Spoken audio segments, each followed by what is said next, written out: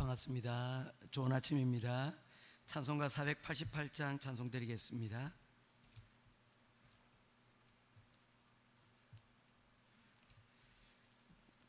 찬송가 488장 찬송입니다.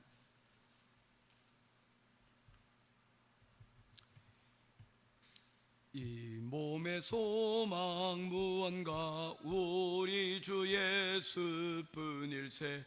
우리 주 예수밖에는 매들이 아주 없도다. 주 나의 반석이시니 그 위에 내가 서리라. 그 위에 내가 서리라. 무섭게 바람 부는 밤 물결이 높이 설렐 때 우리 주 크신 은혜에 소망에 닿칠 줄이라. 주 나의 반석이시니 그 위에 내가 서리라. 그 위에 내가 서리라. 세상에 믿던 모든 것 끊어질 그날 되어도 구주의 언약 믿사와 내 소망도 크리라. 주 나의 반석이시니 그 위에 내가 서리라. 그 위에 내가 서리라. 바라던 천국 올라가 하나님 앞에 배울 때 구주의 의를 힘입어 어여시 바로 서리라. 주 나의 반석이시니 그 위에 내가 서리라. 그 위에 내가 서리라. 아멘. 찾으실 하나님의 말씀은 고린도전서 15장 50절에서 마지막 58절까지 말씀 보도록 하겠습니다. 고린도전서 15장 50절입니다.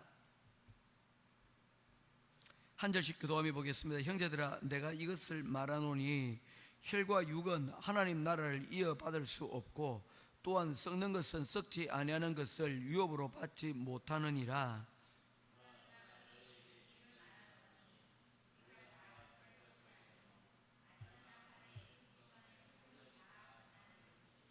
나팔 소리가 나매 죽은 자들이 썩지 아니할 것으로 다시 살아나고 우리도 변화되리라.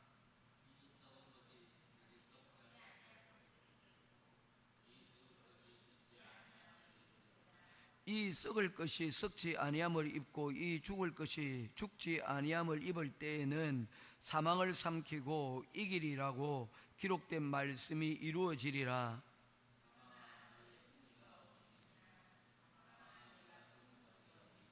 사망이 쏘는 것은 죄요 죄의 권능은 율법이라.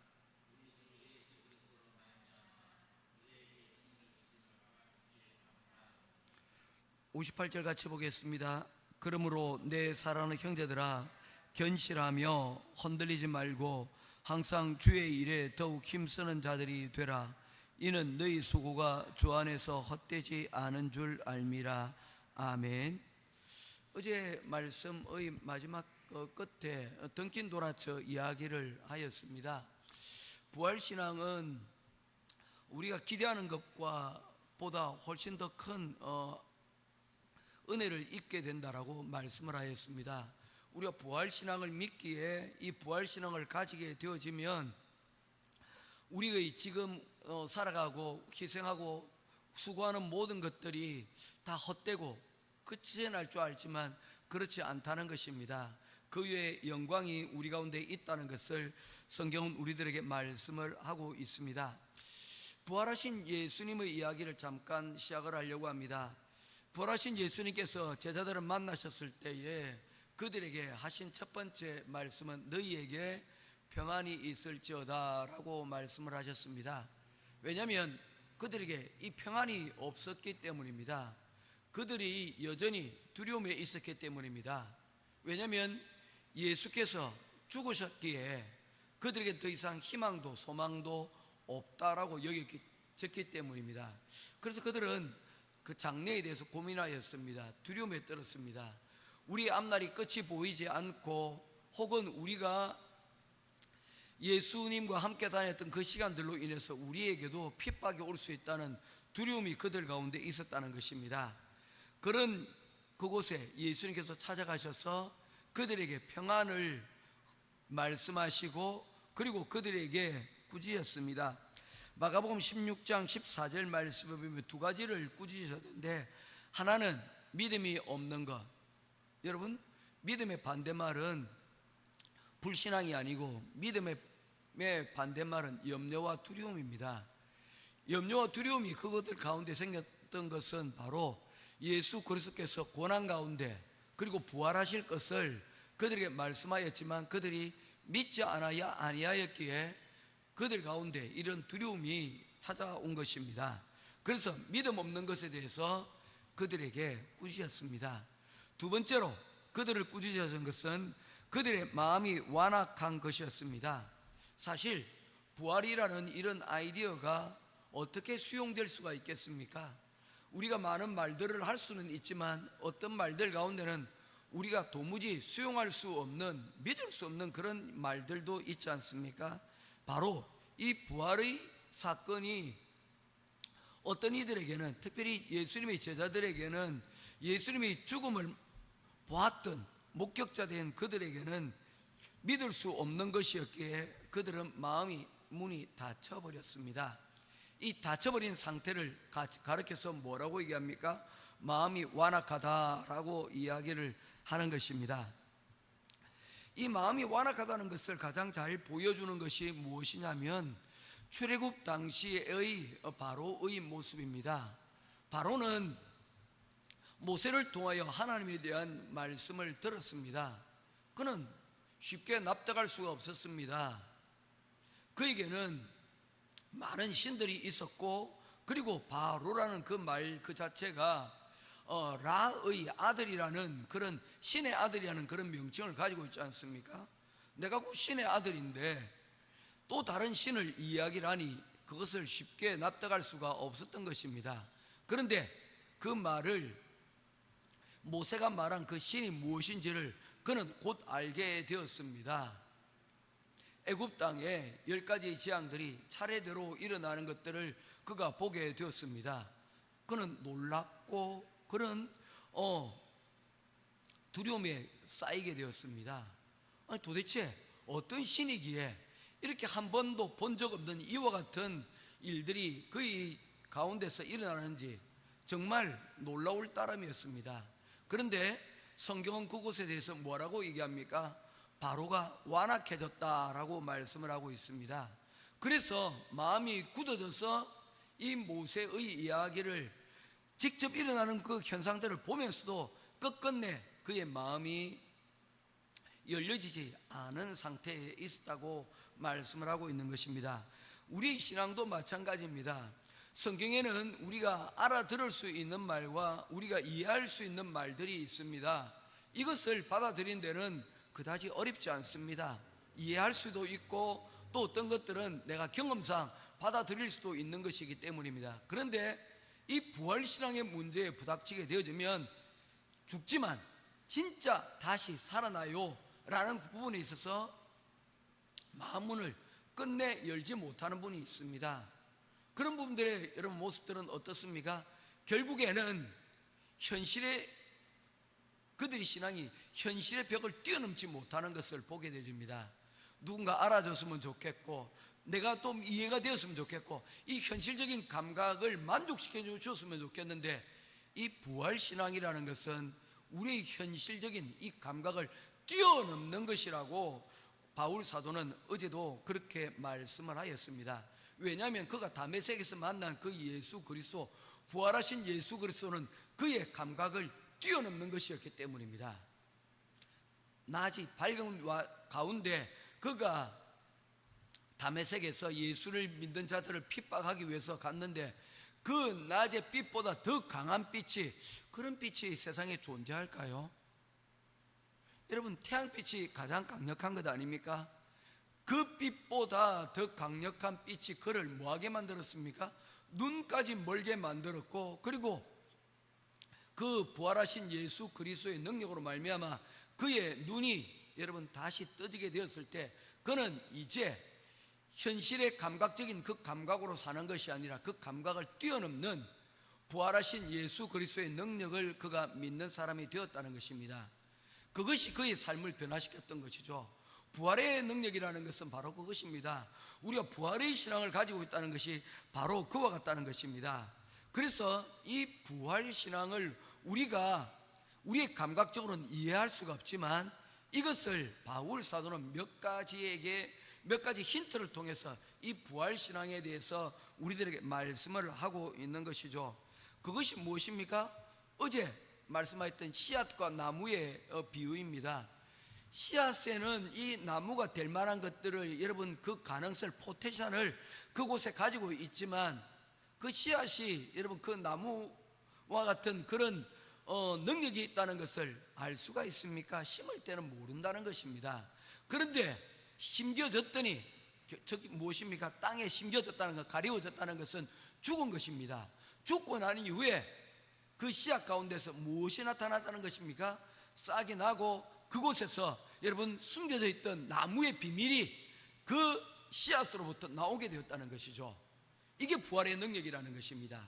그들은 로마 병정들과 유대인 지도자들은 예수 그리스도를 죽음으로 그것을 끝이 난 줄만 알았습니다. 그러나 그 죽으신 예수 그리스도를 통하여서 무엇이 일어났습니까? 죽음이 끝이 아니에요. 그 부활을 통해서 하나님의 아들의 영광이 그를 통해서 나타난 것과 같이, 부활은 감추어져 있지만 그 가운데 놀라운 능력이 숨겨져 있다는 것입니다. 이는 자궁 속에 있는 아이의 모습과도 마찬가지가 되는 것입니다. 자궁 속 아이에게 여러분 그 바깥 세상에 대해서 이야기를 한다고 하지만 여러분 알아들을 수가 있겠습니까? 밖에 나와서 경험해 봐야만 알 수가 있는 것입니다. 우리의 지금 현재의 상황이 또 다른 세계를 우리가 경험하지 못하고 우리가 보지 못한 그런 상황 가운데 있는 것이라고 바울 사도는 말하고 있는 것입니다. 그래서 부활을 알고 싶습니까? 바울은 얘기합니다. 죽어봐라는 것입니다. 죽어야 아는 것이고, 죽음을 통해서 우리가 볼 수 있는데, 바울 사도는 바로 이 죽음을, 우리의 생명이 죽지 않고서도 우리가 이 부활을 경험을 할 수가 있다는 것입니다. 직접적으로는 못하겠지만 간접적인 이러한 경험들을 통해서, 이러한 간접적인 죽음을 통하여서 우리가 이 부활을 경험할 수 있는데 뭡니까?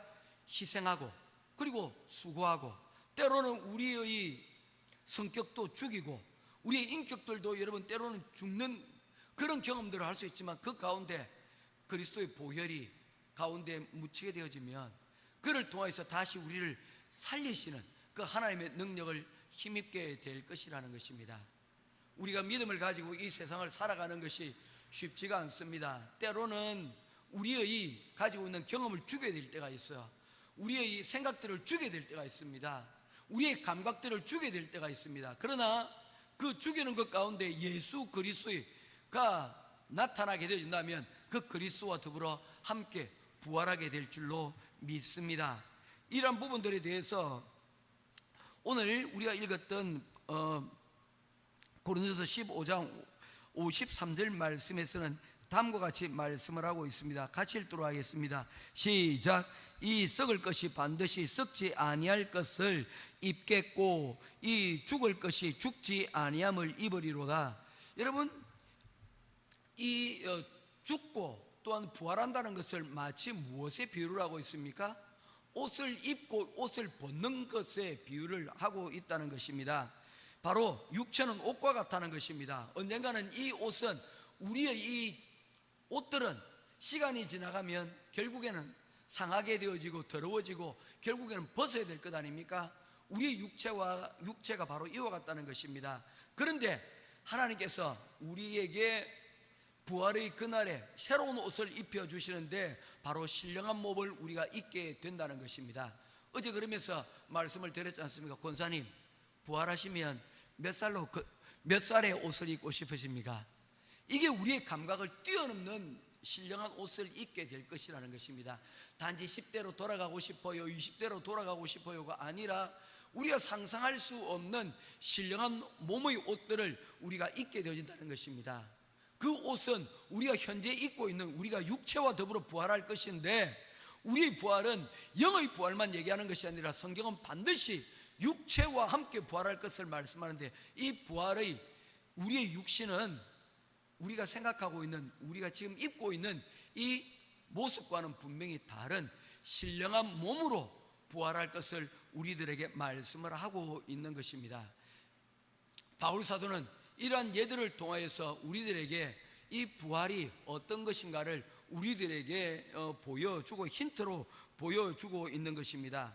더 나아가 이 부활에 대하여서 말씀할 때에 이 죽음에 대해서 우리가 한 번 더 생각을 해봐야 된다는 것입니다.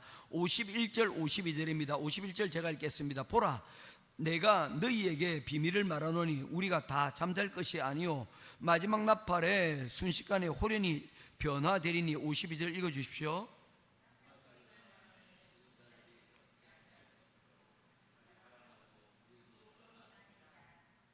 아멘. 51절과 52절에서 우리가 변화될 것을 말씀을 하고 있는데, 나팔 소리, 마지막 때에 우리가 여러분 다시 살아나게 될 것을 말씀하고 있는 것입니다. 그래서 성경은 죽음에 대해서 어떻게 표현하고 있습니까? 잔다라고 이렇게 표현을 하고 있는 것입니다. 저는 아직 전신 마취 경험이 없습니다.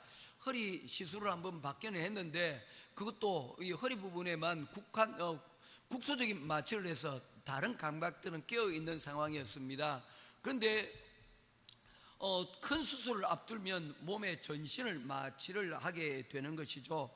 마취를 하게 되어지면 어떻습니까? 마취를 했다가 깨어나면 그 이전의 그 중간의 기억들이 여러분 없는 것과 마찬가지입니다. 그것이 바로 성경에서 말하고 있는 것이 바로 우리 죽음을 이와 같이 설명을 하고 있다는 것입니다.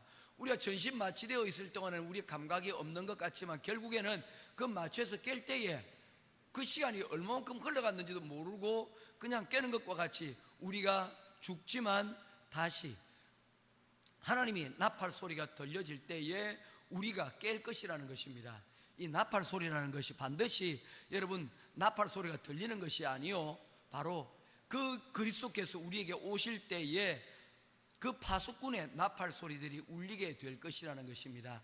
선지자들과 목회자들이, 예언하는 자들이 이 말씀을 전하게 될 것이고, 그리고 또한 그것이 우리에게 나팔이 되어져서 이제 그 주님이 오실 그날에 무덤에서 잠자던 자들이 깨어 일어나게 될 것을 말씀을 하고 있는 것입니다. 이제 말씀을 맺도록 하겠습니다. 우리가 이 땅에서 사는 동안에는 우리가 결코 벗어날 수 없는 것들이 있습니다. 그것이 무엇입니까? 바로 죄입니다. 그리고 이 죄는 율법을 통해서 우리는 알 수가 있습니다. 그리고 죄의 대가는 무엇입니까? 죄의 삭은 사망이라. 이 세 가지 것으로부터 우리는 여러분 결코 자유로울 수가 없습니다. 이곳에서 묶여 있습니다. 그러나 사망과 죄와 이 율법을 깨트리는 권세는 어디로부터 나옵니까? 부활로부터 이루어진다는 것입니다.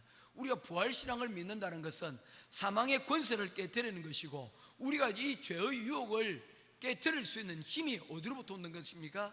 바로 이 부활신앙으로부터 온다는 것입니다. 죽지만, 손해보지만, 희생하지만 희생이 끝이 아니요 죽음이 끝이 아니요 죽음이 끝이 아니라는 것을 우리들에게 말씀을 하고 있기 때문입니다.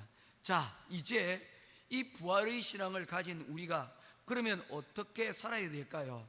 첫 번째로 우리가 살아야 될 것은 바로 감사로 살아가야 됩니다. 세상에 감각적인 모습들을 보면 우리보다도 훨씬 더 잘 사는 사람들이 많아 보입니다. 이 잘 산다는 것이 여러분 어떤 이들에게는 권력을 가지고 있는 것이 잘 사는 것으로 보이고, 건강하지 못한 자들에게는 여러분 건강한 모습이 잘 사는 것이요, 돈이 없는 사람에게는 돈이 많은 것이 잘 사는 것처럼 보이지만, 그러나 그런 비교가 아니라 영원한 우리 생명이 보장된 것에 대한 이 부활신앙에 대한 감사로 살아야 될 것을 바울 사도는 우리들에게 말씀을 하고 있습니다. 모쪼록 잃어버렸을 때야만 비로소 여러분 그것이 감사가 무엇인지를 아는 것처럼 우리도 이 부활신앙을 붙들고 감사로 살아갈 수 있는 저와 여러분 될 수 있기를 바랍니다. 두 번째로 우리에게 필요한 것은 두려움이 아닌 담대함이라는 것입니다. 예수님의 제자들이 예수님의 죽으심과 더불어 그들은 길을 잃어버렸습니다. 어디로 나가야 될지 그들은 길을 찾지 못하였습니다. 그 찾지 못할 그 방황 가운데 그들을 찾아온 것이 무엇입니까? 두려움입니다. 예수 그리스도를 믿는다는 것은 우리가 길을 찾고 우리가 당당하게 길을 걸어가는 것입니다.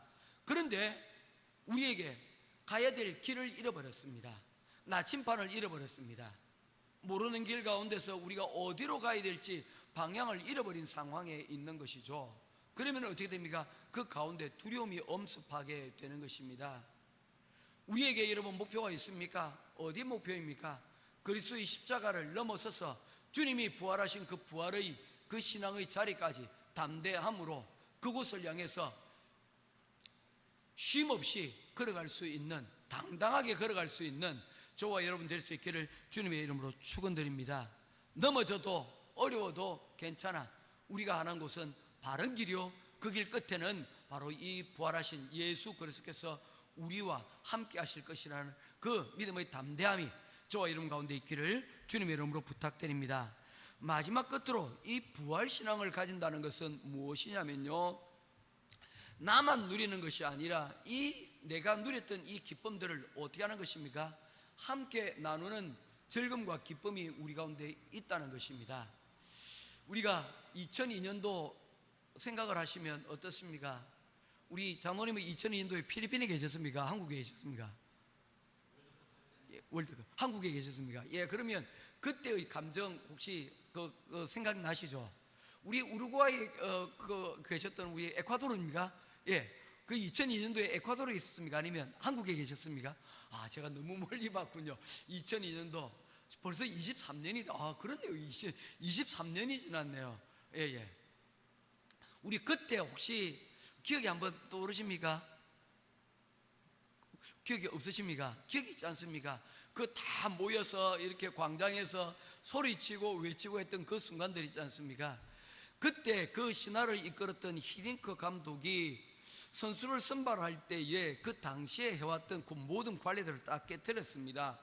학연을 깨뜨렸고요, 지연들을 깨뜨렸습니다. 그게 가능했던 이유가 뭡니까? 그는 연세대 몰라요, 고려대 몰라요, 여기에 있는 시스템들을 잘 모릅니다. 그가 이전에 해왔던 방식대로 그는 실력만 보고 선수들을 뽑았습니다. 그래서 뽑힐 수 있었던 선수들 중에 몇몇 사람들 중에 여러분 가장 알려진 사람이 누구입니까? 바로 박지성이잖아요.